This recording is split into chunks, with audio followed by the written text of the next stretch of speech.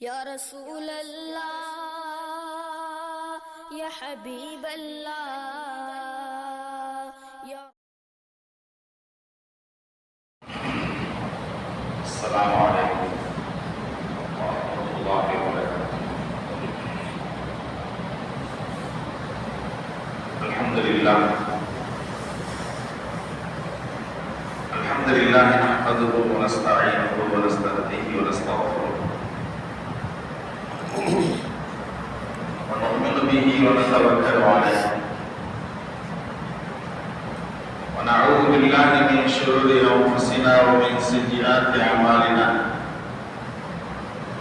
من يهده الله فلا مضل له ومن يضلل فلا هادي له أشهد أن لا إله إلا الله وحده لا شريك له وأشهد أن محمدا عبده ورسوله أرسله الله بالحق بشيرا ونذيرا وداعيا إلى الله بإذنه وسراجا منيرا. اللهم صل على سيدنا محمد وعلى آل سيدنا محمد وبارك وسلم عليه. أما بعد، فقد قال الله تعالى في كلامه القديم الفرقان المجيد: أعوذ بالله السميع العليم من الشيطان الرجيم. بسم الله الرحمن الرحيم. خذ من أموالهم صدقة تطهرهم وتزكيهم بها وصل عليهم إن صلاتك سكن لهم والله سميع عليم. وقال نبينا صلى الله عليه وسلم: حصنوا أموالكم بالزكاة وداروا مرضاكم بالصدقة واستقبلوا أمواج البلاء بالدعاء والتضرع. إن أريد إلا الإصلاح ما استطعت وما توفيقي إلا بالله عليه توكلت وإليه أنيب. رب اشرح لي صدري ويسر لي أمري واحلل عقدة من لساني يفقهوا قولي. سبحانك لا علم لنا إلا ما علمتنا إنك أنت العليم الحكيم. صدق الله صدق رسوله الكريم ونحن على ذلك من الشاهدين والشاكرين والحمد لله رب العالمين. புகழ்ச்சியும் வல்ல இறைவனாகிய அல்லாஹ் ஜல்ல ஷானஹு வ தஆலா ஒருவனுக்கு உரித்தாகவே.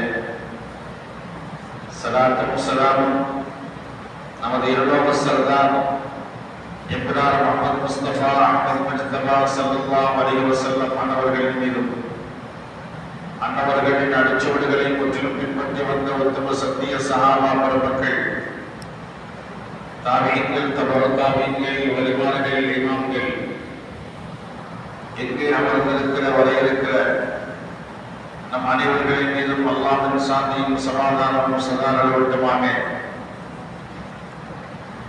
அல்லாஹ் ரசூல் எதன்படி நடக்கும்படி நமக்கு ஏவிருக்கிறார்களோ அதன்படி நடக்கும். எதை விட்டும் தடுத்திருக்கிறார்களோ அதை விட்டும் தடுத்து நிறுத்தியும் இறையச்சத்தோடு வாழ்வதற்கு முதலில் எனக்கும் இரண்டாவதாக உங்களுக்கும் வசீகத்தும் செய்து கொள்கிறேன். மனிதமிகு ரமலானுடைய வழக்கத்தினால் நம்முடைய பாவங்களை மன்னித்தல் புரிவானாக. நாம் செய்கின்ற அமல்களை அல்லாஹ் ஏற்றுக்கொள்வானாக. நம்முடைய துஆக்களையும் அல்லாஹ் கபூல் செய்தல் புரிவானாக. ரமலானின் பரக்கத்தினால் நம்முடைய கஷ்டங்களை நீக்கல் புரிவானாக. ரமலானின் பரக்கத்தினால் நம்முடைய வியாதிகளை அல்லாஹ் பூரண நிவாரணத்தை கொடுத்தல் புரிவானாக என்று துஆ செய்தவனாக பயானை ஆரம்பிக்கிறேன். இந்த தலைப்பு ஜகாத். இஸ்லாமிய கடமைகளில் நான்காவது கடமை ஜகாத். எல்லா வணக்கங்களும் அடியேனுக்கும் அல்லாஹ்வுக்கும் மத்தியில் உள்ள வணக்கங்கள். ஆனால் ஜகாத் என்பது மட்டும் அடியானுக்கு செய்ய வேண்டிய கடமைகள். அல்லாஹ் எல்லோரையும் பணக்காரர்களாக ஆக்கியதில்லை, எல்லோரையும் ஏழையாகவும் ஆக்கியதில்லை. ஏற்றத்தாழ்வுகளை கொண்டவருடைய படைப்பிலே எல்லோரும் வசதி படைத்தவர்களாக இருந்துவிட்டால் ஜகாத்தை பெறுவது யார்? எல்லோரும் ஏழைகளாகவே இருந்துவிட்டால்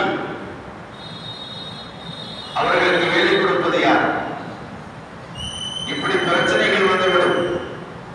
அதனால் அல்லாஹ் ஏழை பணக்காரர்கள் என்று வித்தியாசத்தை வைத்திருக்கிறார். ஏழைகள் இந்த ஜகாத்துடைய இந்த கடமை கைலா யகூன தூரத்தும் பைனல் அநியாயம் என்று இந்த பணங்கள் பொருளாதாரங்கள் வசதி உள்ளவர்களிடத்திலேயே சுற்றிக் கொள்ளாமல் இருப்பதற்காக அல்லாஹ் ஏழைகளுக்கும் கொடுத்து விட உதவ வேண்டும் என்பதாக அல்லாஹ் நிலையிட்டிருக்கிறார். அந்த அடிப்படையிலே ஜகாத் என்பது ஒரு இபாதத் என்பது ரொம்ப பேருக்கு தெரியல. தொழுகிற இபாதத்துன்னு விளங்கியிருக்கிறோம், ஹஜ் இபாதத்துன்னு விளங்கியிருக்கிறோம், நோன்பு இபாதத்துன்னு விளங்கியிருக்கிறோம். அதே போல ஜகாத்தும் ஒரு இபாதத்து தான். இதுவும் ஒரு வணக்கம். ஜகாத்தை கொடுக்கிற போது, பணத்தை கொடுக்கிற போது அதுவும் ஒரு இபாதத்தாக நினைச்சு கொடுக்கணும், சந்தோஷமாக கொடுக்கணும். அல்லாஹ்வுடைய கடமையை நிறைவேற்றுகிறேன் என்ற எண்ணம் வரணும். மனசு கசந்து நம்ம காசு போகுதே, நம்ம போண்டியாகி விடுமே என்றெல்லாம் நினைக்க கூடாது. இபாதத்தாக நினைக்கிற பொழுது அதில் மனதில் சந்தோஷங்கள் வந்துவிடும். அன்புக்குரியவர்களே, இது அல்லாஹ் கட்டாயமாக்கிய கடமை. வசதி உள்ளவர்கள் 102% கொடுத்தே ஆக வேண்டும். இல்லை என்றால் நம்மிடத்தில் இருக்கிற பணமும் சேர்ந்து அடைந்துவிடும். 1 லட்சம் ரூபாய் இருக்கிறது என்றால் ஒரு ஆண்டு காலங்கள் எடுக்கல, 2500 ரூபாய் நம்ம காசு இல்லை. நம்ம பைசா 97,500 தான். நம்ம கொடுக்காம அந்த 1 லட்சத்தையும் நம்ம சேர்த்து பேங்கில் வைத்திருந்தால் ஏதாவது ஒரு அந்த எல்லா பொருளுக்குமே அழிவு வந்துவிடும் என்பதாக சொல்கிறார்கள்.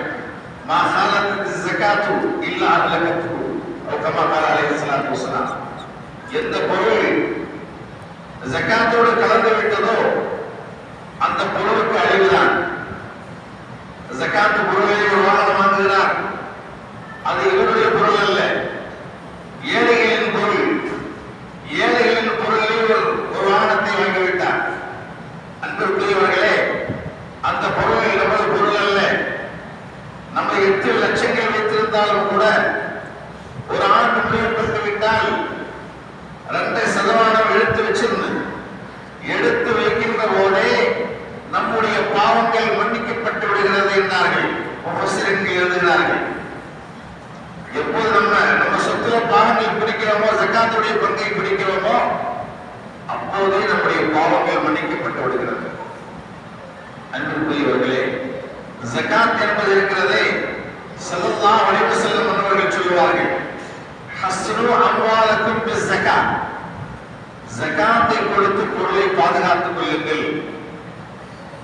நம்முடைய பொருளுக்கு பாதுகாப்பு வேண்டுமா?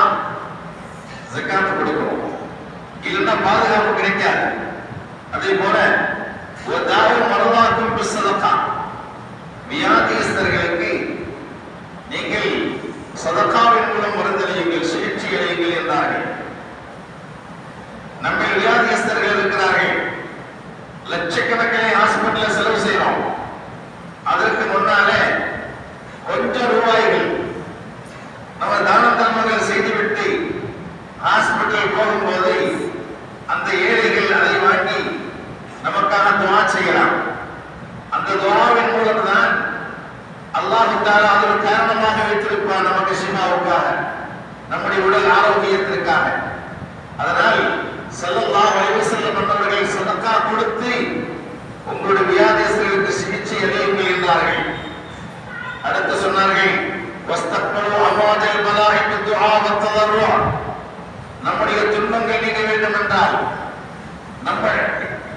துன்பங்கள் வந்திருக்கிறது.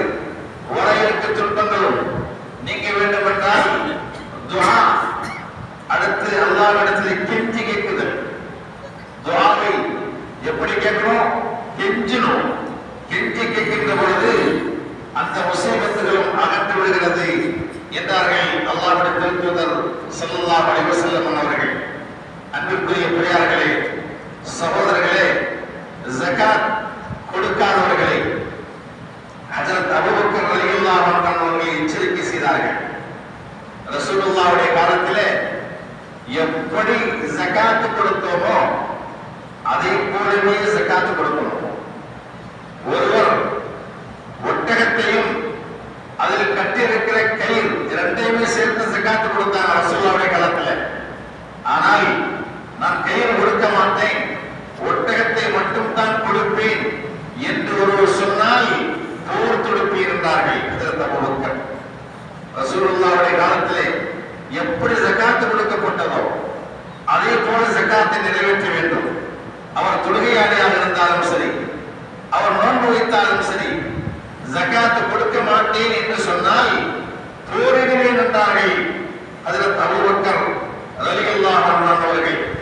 وفي أموالهم حق للسائل والمحروم. அல்லாஹ் சொல்கிறான், அவருடைய பொருளிலே அவர்களுக்கு உரிமை உண்டு. யாருக்கு? யாசகர்களுக்கு. யாசகம் கேட்காமல் வீட்டில் இருக்கிறார்களே வெட்கப்பட்டுக் கொண்டு, அவர்களுக்கும் உரிமை இருக்கிறது நம்முடைய பொருளை கேட்பதற்கு. நம்மிடத்தில் வாசலுக்கு வருகிறார்கள் என்றால் உரிமையோடு தான் வருகிறார்கள். ஏன்? அல்லாஹ் நமக்கு கொடுத்திருக்கிறார். நம்முடைய பொருளை கேட்க வருகிறார்கள், நாம் கொடுத்தே ஆக வேண்டும். ஏன் என்னுடைய பொருளை நீ கேட்க வருகிறாய் என்று கேட்க முடியாது. அவர்களுக்கு உரிமை இருக்கிறது என்கிறான் அல்லாஹ். நம் முன்னோர்கள் என்ன சொல்வார்களா? யாசகர்கள் வந்தால் மர்ஹபன் என்று சொல்வாங்க. வாருங்கள் வாருங்கள். எதற்கு வாருங்கள் என்றார்கள்? எங்களுடைய பொருளை அழியும் உலகத்தை விட்டும் அழியாத உலகத்திற்கு கொண்டு செல்கிறீர்களே, உங்களுக்கு வாழ்த்துக்கள் உண்டாகட்டும் என்று சொல்வார்கள். இல்லைன்னா எங்க பொருள் எங்க வீட்டில தான் இருக்கும், நீங்க வந்ததாலதான் இந்த எங்க பொருள் எல்லாம் இன்னொரு வீட்டுக்கு நீங்க கொண்டு செல்கிறீர்கள். அன்புக்குரியவர்களே, நாம் கொடுக்கக்கூடிய தர்மங்கள் அல்லாஹ் எப்படி வளர்க்கிறான் தெரியுங்களா? அல்லாஹ் வளர்ப்பது ஒரு பேரித்தம்பழத்தின் அளவு. இறையச்சத்தோடு கொடுக்கக்கூடிய தர்மங்கள், அதை அல்லாஹ் அதுவும் அது ஹலாலாக இருக்க வேண்டும்.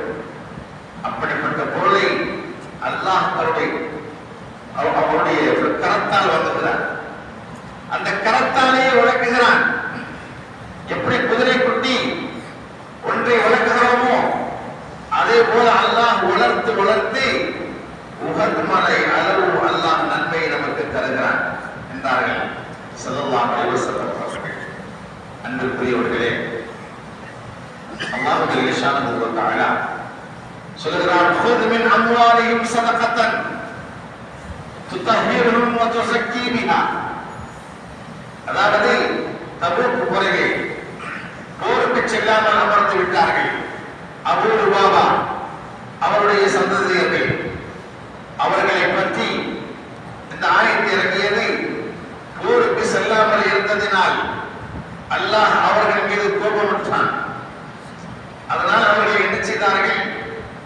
அல்லாஹ்விடத்திலே தௌபா செய்தார்கள், பாவமன்னிப்பு தேடினார்கள். சதகா தான தர்மங்களை எடுத்துக்கொண்டு ஜகாத் பொருள்களை எடுத்துக்கொண்டு ரசூலுல்லாஹ்விடம் கொடுத்தார்கள்.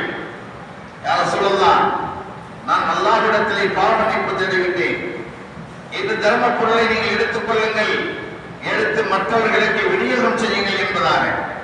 ரசூலுல்லாஹ் கையை வைக்கல. அல்லாஹ்வுடைய உத்தரவு வரும் வரை நான் கையை வைக்க மாட்டேன்னு சொல்லிட்டான். அல்லாஹ் ஆயத்தை இறக்கிட்டான், "குத் மின் அம்வாலிஹிம்", அவருடைய பொருளை நீங்கள் எடுத்துக் கொள்ளுங்கள், சதகத்தன், சதகாவாக நீங்கள் தர்மமாக எடுத்துக் கொள்ளுங்கள்.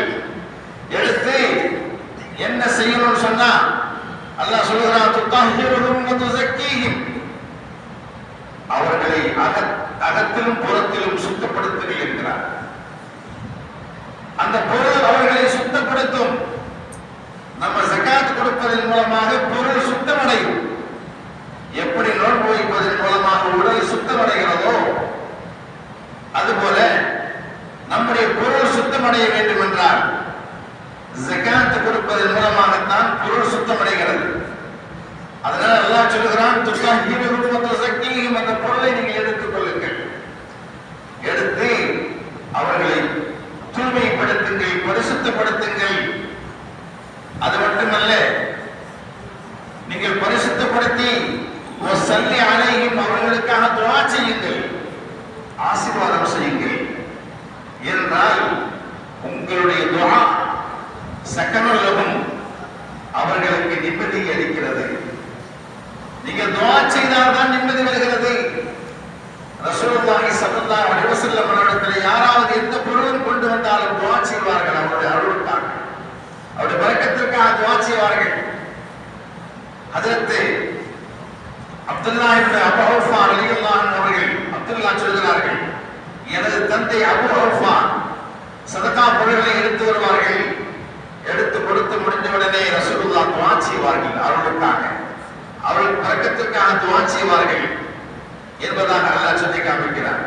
அன்பிற்குரியவர்களே, அல்லாஹ் சொல்கிறான் அடுத்து, அலம் யஅலமு, அவர்கள் விளங்கவில்லையா, அன்னல்லாஹ லா யக்பலு தௌபா, நிச்சயமாக அல்லாஹ் அவருடைய தௌபாவை ஏற்று,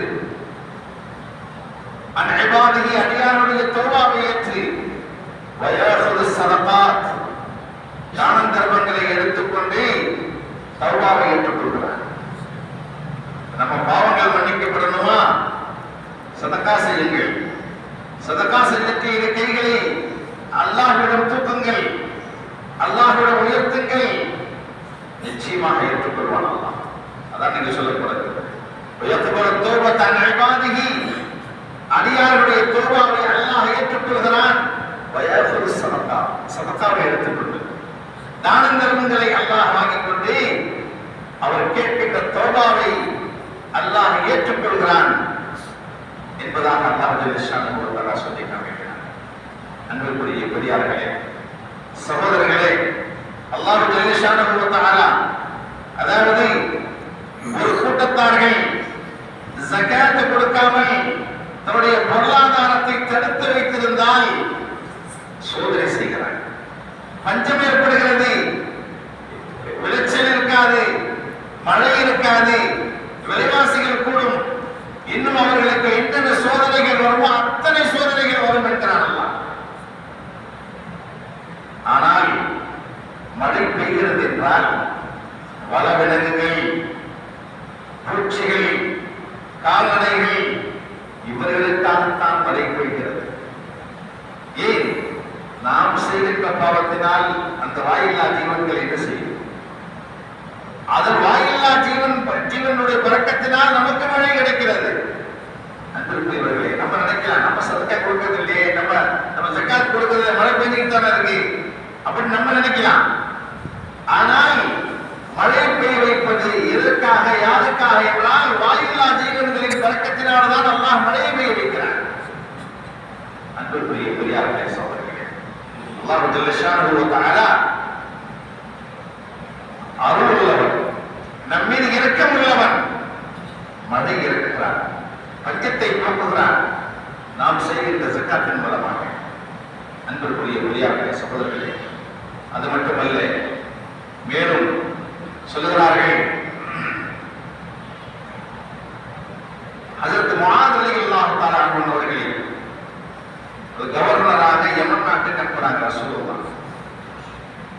சிறிய வயசு பையன் யமன் நாட்டுக்கு அனுப்பிட்டாங்க. யமன் நாட்டில் இருக்கிறாங்க, ரசூலுல்லாஹ் வஃபாத் ஆயிட்டாங்க. 15 ஆண்டுகளுக்கு பின்னே ஜகாத் பொருளை மதீனாவுக்கு அனுப்பி வைக்கிறாங்க. அப்ப மதீனாவில் உள்ள அப்ப உள்ள கலீஃபா ஹஜ்ரத் உமர் அவர் அன்று எழுதுறாங்க, முஆதே, நீ யமன் நாட்டுக்கே வைத்திருக்க வேண்டியது தானே, ஏன் மதீனாவுக்கு அனுப்புகிறாய் என்று கேட்கின்ற போது, யமன் நாட்டிலே பைத்துல் மால் என்ற திட்டத்தை ஆரம்பித்து ஜகாத் பொருளை வீடு வீடாக கொடுத்து இந்த ஏழைகளை இல்லாமல் ஆக்கியிருக்கிறேன். இப்போ ஜகாத் பொருள் நிறைந்து வருகிறது, அதை நான் உங்களுக்கு அனுப்பி வைத்திருக்கிறேன் என்று சொன்னார். ஏழையே இல்லாத மக்களாக ஆக்கினாங்க. முஆது ஜபல் 15 வருட காலத்திலே அந்த யமன் ஏழை நாடு, ஏழை நாட்டில் பணக்கார நாட்டாக ஆக்கினாங்க. பணக்கார நாடாக ஆக்கினாங்கன்னா ஜகாத் மூலமா தான் ஆக்கினாங்க. இப்போ ஜகாத் வாங்கக்கூடியவர்கள் இல்லை. அந்த பணத்தை மதீனாவுக்கு அனுப்பிட்டாங்க. உமர் பின் அப்துல் அசீஸ் காலத்துல 2 வருஷம் ஆட்சி செஞ்சாங்க. உமர் பின் அப்துல் அசீஸ் 2வது உமர் சொல்லுவாங்க, உமர் தானி. அவங்க இதே நிலையில் தான் அவங்க ஆட்சியிலே பைத்துல் மால் என்று ஏற்படுத்தி எல்லா ஜகாத் நிதிகளையும் வசூலித்து இல்லாதவர்களுக்கு கொடுத்தாங்க. அவங்க என்ன செய்யறாங்க, ஈராக்கு அனுபவிக்கிறாங்க. ஆளுநரை விசாரிச்சுட்டு வர சொல்லி அங்க உள்ள நிலைகள் எப்படி இருக்கு, மக்கள் கஷ்டப்பட்டால் ஜகாத் வாங்கக்கூடியவர்களாக இருந்தால் இங்கிருந்து பணத்தை எடுத்து செல்லுங்கள், அடுத்தவர்களுக்கு கொடுங்கள் என்பதாக. அவங்க சொல்லிட்டாங்க, எங்க பைத்துல் மால் நிறைந்து வெளியுது, பைத்துல் மால் நிறைந்து வெளியுது. அவங்க சொன்னாங்கன்னா கடன்காரர்கள் இருப்பார்கள் பாருங்கள், எல்லா கடன்காரர்களுக்கும் கொடுத்து விட்டோம். அடுத்து நிக்காஹ் செய்யாதவர்கள் ஆண்கள் இருப்பார்கள், வசதி இல்லாமல், அவர்களுக்கு கொடுங்கள், அவர்களுக்கும் கொடுத்து விட்டோம். அனாதைகள் இருப்பார்கள், அவர்களுக்கு கொடுங்கள், அவர்களுக்கும் கொடுத்து விட்டோம். அடுத்து தலாக் விட்ட பெண்கள் இருப்பார்கள், அவர்களுக்கு கொடுங்கள். விதவை பெண்கள் இருப்பார்கள், கொடுங்கள், அவர்களுக்கு கொடுத்து விட்டோம். யாரும் பாக்கி இல்லை. நகரிலே தேசத்திலே ஜகாத் வாங்கக்கூடியவர்கள் யாருமே இல்லைன்னு சொல்லிட்டாங்க. அப்ப அவங்க சொன்னாங்க, என்னுடைய ஆதிக்கத்தில் இருக்கிற மிஸ்ர் நகரத்திற்கு அனுப்புவீங்க ஒரு ஆளுநரை. அந்த நாட்டில் போய் கேட்கிறாங்க, இங்கேயும் ஜகாத் வாங்குவதற்கு ஆள் இல்லாம தான் இருக்கிறாங்க. இல்ல வீதி வீதியா அறிவிப்பு செய்ய சொன்னாங்க. வீதி வீதியா சென்று அறிவிப்பு செய்யறாங்க. ஐனல் வாலிமூன், ஐனல் நாக்கிஹூன், ஐனல் யதாமா, ஐனல் ஹராமியா அறிவிப்பு செய்யறாங்க. நிக்காஹ் செய்யக்கூடிய ஆண்கள் உண்டா? பணம் இல்லாமல் இருக்கிறீர்களா? வசதி இல்லாமல் இருக்கிறீர்களா? இதோ பணத்தை பிடியுங்கள், ஜகாத் பணத்தை. கடன் சூழல் உள்ளவர்கள் இருக்கிறீர்களா? கடன் வாங்கிக் கொண்டு அடைக்க முடியாமல் இருக்கிறீர்களா? இதோ ஜகாத் பணத்தை எடுத்துக் கொள்ளுங்கள். விதவை பெண்கள் இருக்கிறீர்களா? இதோ ஜகாத் பணம் எடுத்துக் கொள்ளுங்கள். அனாதைகள் இருக்கிறீர்களா? எடுத்துக் கொள்ளுங்கள். அறிவிப்பு செய்கிறார்கள் வீதி வீதியாக. எந்த பதிலும் அல்ல. சொல்லிட்டாங்க, உமர் அப்துல் அசீஸ் அவர்களே, எந்த பதிலும் கிடைக்கல. ஏழான் செஞ்சிட்டோம், தெரு தெருவாக ஏழான் செஞ்சோம், வீடு வீடாக ஏழான் செஞ்சோம். யாரும் பதில் கொடுக்கல, வாங்க ஆள் இல்லை. அந்த நிலைக்கு உமர் இப்னு அப்துல் அசீஸ் ரஹ்மத்துல்லாஹி அலைஹி காலத்தில் ஆட்சி செஞ்சாங்க. அவங்க சொன்னாங்க, இருக்கிற பணத்துக்களை எடுத்து பறவைகளுடைய தானியங்களை வாங்குவார்கள். அவ்வளவு பணத்துக்கு தானியங்களை வாங்கி மலை மேல வச்சிருன்னு சொல்லிட்டாங்க. நமக்கு பின்னால ஒரு காலம் வரும், அந்த காலத்துல பார்ப்பாங்க, உமர் இப்னு அப்துல் அசீஸுடைய ஆட்சியில் பறவை கூட பசியாக இல்லப்பா, பறவை பட்சி கூட பசியாக இல்லை. அந்த அளவுக்கு அவர்களுடைய ஆட்சி அதிகாரங்கள் மீதமான ஆட்சி செய்தார்கள். நீங்க ஜகாத் கொடுக்காதவர்கள் எத்தனை பேர்? நம்முடைய பணம் போகுதே என்று அந்த பணத்தின் உள்ள பேராசை. ஒரு சாலபா என்ற ஒரு நபித்தோழர் இருந்தார். அதிகமாக கேட்டு போன சம்பவத்தை இருந்தாலும் இந்த ஜகாத் விஷயத்திற்காக ஞாபகப்படுத்துவதற்காக சொல்லி இதை முடிக்கிறேன். மதீனாவில் அன்சாரி சஹாபி சாலபா பின் ஹாத்தப் ரலியல்லாஹு அன்ஹு பள்ளிவாசல்லே இருப்பார் எப்பவும். ஆனா ஏழை ரசூலுல்லாஹ் சொன்னாங்க, யா ரசூலுல்லாஹ், துஆ செய்ய ரொம்ப கஷ்டமா இருக்கு, வாழ்க்கைக்கு வாழ்வாதாரத்துக்கு துஆ செய்யுங்க. ரசூலுல்லாஹ், எப்பா இருக்கிறத கொண்டு போதுமாக்கி போய் அதற்கு நன்றி செலுத்தினா நீ போதும், ஏன் அதிகமா கேட்கிற? போயிட்டார். மீண்டும் ஒரு நாள் வர, யா ரசூலுல்லாஹ் துஆ செய்யுங்க. என்னப்பா, எனக்கு பொருளாதாரத்துக்காக துஆ செய்யுங்க.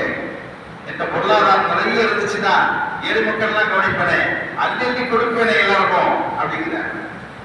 ரசூலுல்லாஹ் சொன்னாங்க, இந்த உலகம் இருக்கு பாரு, நீ தங்கமாக மாறினா மாறிடும், வெள்ளியாக மாறினா பின்னாலே வந்துடும். அதை எடுத்து நான் என்ன வேண்டாலும் செய்யலாம். நான் ஆசைப்படலையே எளிமையாக இருப்பத்தான் விரும்புறேன். நீ எப்படி இருந்துட்டு போயே சொல்லலாம். இல்லை, கொஞ்சம் துவா செய்யுங்க எனக்காக, நான் வசதியா வாங்கணும்னு ஆசைப்படுறேன். சரி, இப்ப துவா செஞ்சுட்டாங்க. ஒரு ஆடு தான் வாங்கினார். ஆடு வாங்கி மந்தை ஆயிடுச்சு. மதீனா ஃபுல்லா ஆடு ஆயிடுச்சு. தொழுகைக்கு வருவார், அசருக்கு வருவார், மகரப் இஷா ஃபஜ்ர் கட்டு. ஏன்னா அவருக்கு அந்த ஆட்டு மந்தையை பார்க்க நேரம் இல்லை. இன்னும் போக போக பழகி மதீனா நகர் பத்துல வெளியே போயிட்டார். அங்கிருந்தும் பத்துல ஆட்டு மந்தைகள் அதிகமாயிடுச்சு. மலையடிவாரத்துக்கு போயிட்டார். மதீனா விட்டு தள்ளி அண்ணான போயிட்டார். இப்ப ஜும்மா கூட தொழுவது இல்லைங்க. எந்த தொழுகையும் பள்ளிக்கு வரதில்லை, மஸ்ஜித் நபவிக்கு வரதில்லை. ஜகாத்துடைய ஆயத்து இறங்கிடுச்சு. ரசூல் என்ன செஞ்சாங்க, 2 பேரை கூப்பிட்டாங்க. இந்தப்பா, இத்தனை ஆட்டுக்கு இவ்வளவு ஜகாத்து கொடுக்கணும். இதை ஒரு சீட்ல எழுதி கொடுத்தாங்க. ஒருத்த எத்தனை ஆடு இருக்கு அத்தனை ஆட்டையும் கணக்கு பண்ணி இந்த ஜகாத்து காசை வாங்கிட்டு வா. யார்கிட்ட போய் அந்த சாலைபாட்டை அனுப்பி வச்சாங்க. அவர் பார்த்தாரு. அவர்கிட்ட இருக்கிற ஆட்டை பார்த்தா பல, அதாவது மத்திகள் கொடுக்கணும் ஜகாத்து. அவர் பார்த்தோன்னே கேட்டார, கிண்டல் பண்ணார்.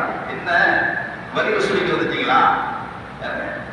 எப்படி சொன்னவர், எனக்கு பொருளாதாரம் கிடைச்சிட்டா ஏழைகளை கவனிப்பேன், சதகா செய்வேன் என்று சொன்னவர். இன்னைக்கு என்ன வார்த்தை வருது, கிறிஸ்தவர்களும் யூதர்களும் வாழ்கிற அந்த வரிப்பணம் அல்லவா இருக்கிறது நீங்க கேட்கிறது அப்படின்னு ஏளனமாக பேசினார். உடனே 2 பேரும் கவலைப்பட்டு ரசூலுல்லாஹ் சொல்றாங்க. ரசூலுல்லாஹ் அல்லாஹ்வுடைய ஆயத்து இறங்குச்சு. அவர் இனிமேல் எந்த சதகா தான பொருளை கொண்டு வந்தா வாங்காத அப்படின்னு, வாங்க வேண்டாம்னு வந்துருச்சு ஆயத்து.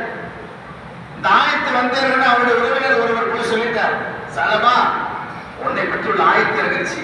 ரசூலுல்லாஹ் ரொம்ப கடுமையா ரொம்ப கோபத்தில் இருக்கிறாங்க. நீ என்ன தர்மம் கொண்டு வந்து கொடுத்தாலும் ஜகாத் கொடுத்தாலும் வாங்க மாட்டாங்க. ஆனா கொண்டு வந்தார் ரசூலுல்லாஹ் எடுத்துக்கிட்டு. அல்லாஹ் சொல்லிட்டான், அவன் தர்மத்தை வாங்காத, அவன் ஜகாத் கொடுத்த வாங்காத சொல்லிட்டான், வாங்க முடியாது என்று நான் அனுப்பிய பிறகு நீ அந்த மனிதர்களை திருப்பி அனுப்பி விட்டாயோ. அல்லாஹ் குர்ஆன் அப்படி ஆயத்தன வாசனை அப்படி நேரம் இல்லை.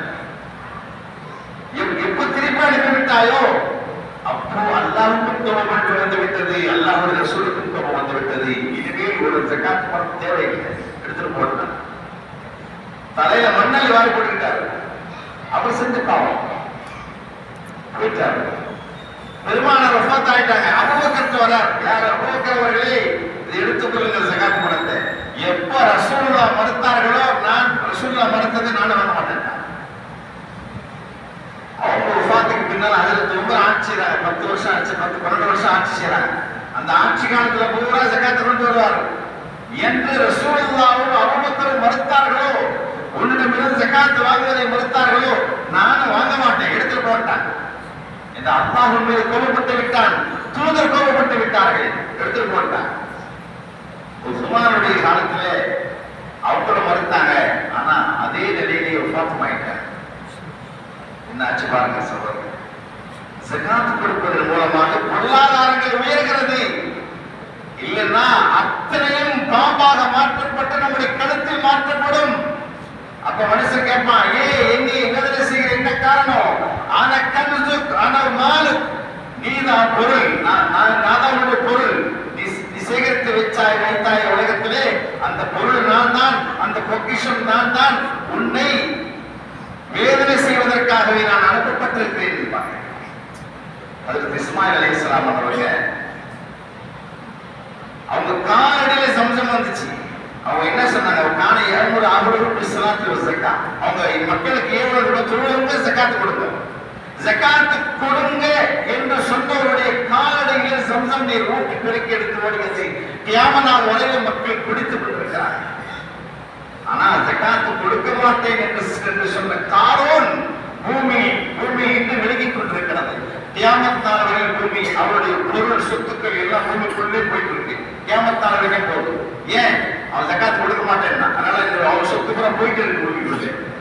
ஆனால் ஜகாத் கொடுங்கள், நீங்கள் தொழுங்கள் என்று சொன்ன இஸ்மாயில் அலைஹிஸ்ஸலாத்துடைய காலடியில் ஏற்பட்ட ஜம்சம் நீர் இன்றும் சுரத்துக் கொண்டிருக்கிறது. இன்றும் கியாமத் நாள் வரையில் என்றும் மக்களுக்கு பிரயோஜனம் அளித்துக் கொண்டிருக்கிறது.